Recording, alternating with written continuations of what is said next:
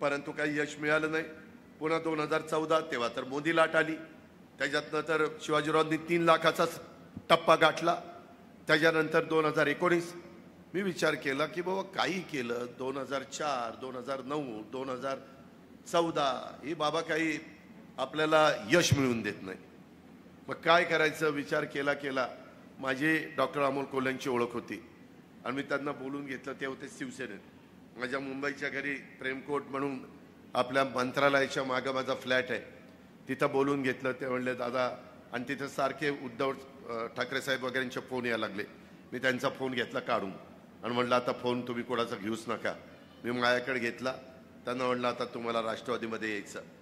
ते म्हणलं नाही दादा, माझा हा पिंड नाही, मी एक कलाकार आहे, मी आज मालिकेमध्ये काम करतोय, माझं एकंदरीत राजकारणाशी दुमादुमा पण संबंध नाही। म्हणलं नाही, कारण मी विचार केला की बाबा ह्या बाबाला जर आपल्याला राष्ट्रवादीला यश मिळवून द्यायचं म्हटलं तर मागं कुणी काय काय केलं।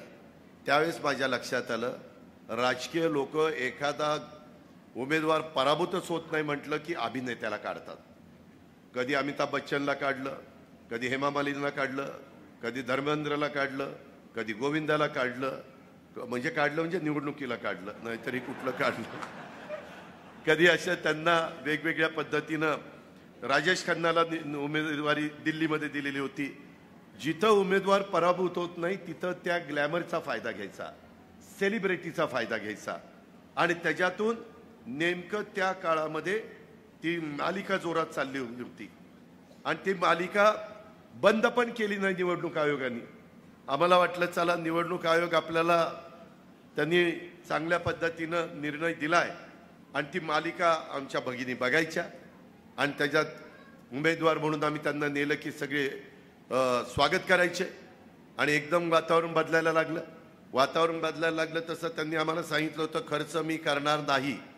मी म्हणलं 3 मतदारसंघाची जबाबदारी दिलीप वळसे पाटील घेतील, 3 मतदारसंघाची जबाबदारी अजित पवार घेईल, काही करू नका, फक्त प्रचाराला वेळ द्या। वेळ दिला, निवडून आले। शिवाजीरावांचा त्याच्यामध्ये पराभव झाला। निवडून आल्यानंतर एखादा जरी अभिनेता असेल, कलाकार असेल, सेलिब्रिटी असेल तर ज्या भागातनं आपण निवडून जातो तिथं संपर्क ठेवायचा असतो। मी त्यांना म्हणालो की बाबा तुम्ही संपर्क ठेवा, फक्त संपर्क ठेवा। ते म्हणले दादा हे माझं काम नाहीये, मी सेलिब्रिटी आहे। हे लोक जे निवडून गेलेले सेलिब्रिटी ते काही तिथं हे करतात का, मतदारसंघात लक्ष देतात का? नाही, ते कार्यकर्त्यांनी बघायचं असतं। अरे म्हणलं तुम्ही लोकसभेची निवडणूक आहे, देशाचं भवितव्य ठरवण्याचं काम तिथं पार्लमेंटमध्ये होतं आणि तुम्ही जर मतदारसंघात फिरणार नाही, दिलीप मोहिते पाटील तक्रार करायचे, दादा खासदार येत नाही, बाकीचे आमदार तक्रार करायचे।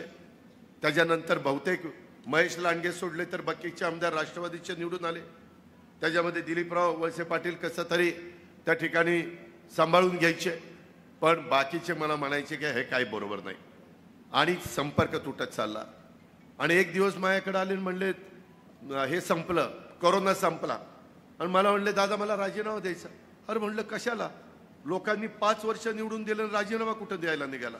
नाही म्हणले आपल्याला जमतच नाही, माझ्या मालिका असतात, माझे चित्रपट असतात, मला प्रॅक्टिस करावी लागते, त्याच्यामध्ये मला वेळ द्यावा लागतो, मालिकेचं शूटिंग रात्री उशिरापर्यंत चालतं।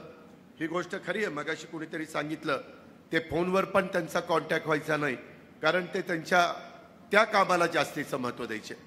मित्रांनो, ज्यावेळेस आपण समाजाचं हित डोळ्यासमोर ठेवून राजकीय क्षेत्रात आणि सामाजिक क्षेत्रामध्ये काम करण्याचा निर्णय घेतो त्यावेळेस काही गोष्टी आपल्याला बाजूला ठेवाव्या लागतात। जे शिवाजीरावांनी स्वतः खासदार झाल्यानंतर त्यांचाही बिझनेस होता, ते पण डिफेन्स मिनिस्टरीला लागणारे जे काही स्पेअर पार्ट्स आहेत ते त्या ठिकाणी तयार करायचे, पण त्यांनी जनतेचा जे प्रश्न आहेत त्याला अग्रक्रम दिला आणि त्याची ती पुस्तिका मी आत्ताच तुमच्या सगळ्यांच्या समोर प्रकाशन केलं। मी फार बारकाईने ते पाहत होतो।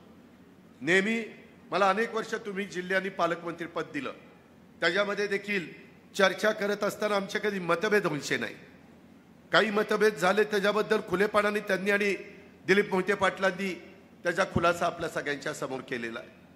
मी एकदा निवडून आल्यानंतर ती व्यक्ती जसं आमदार 5 लाखाचं प्रतिनिधित्व करतो तसं खासदार जवळपास 25 लाख लोकांचं प्रतिनिधित्व करतो.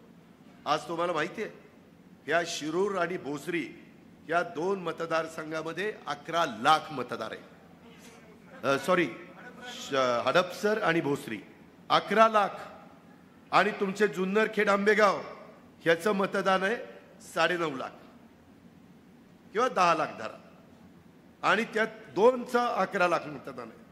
आपल्याला दिलीप वळसे पाटील साहेब, शिवाजीराव आढळराव, आपण महायुतीचे उमेदवार म्हणून त्या ठिकाणी चाललेलो आहे.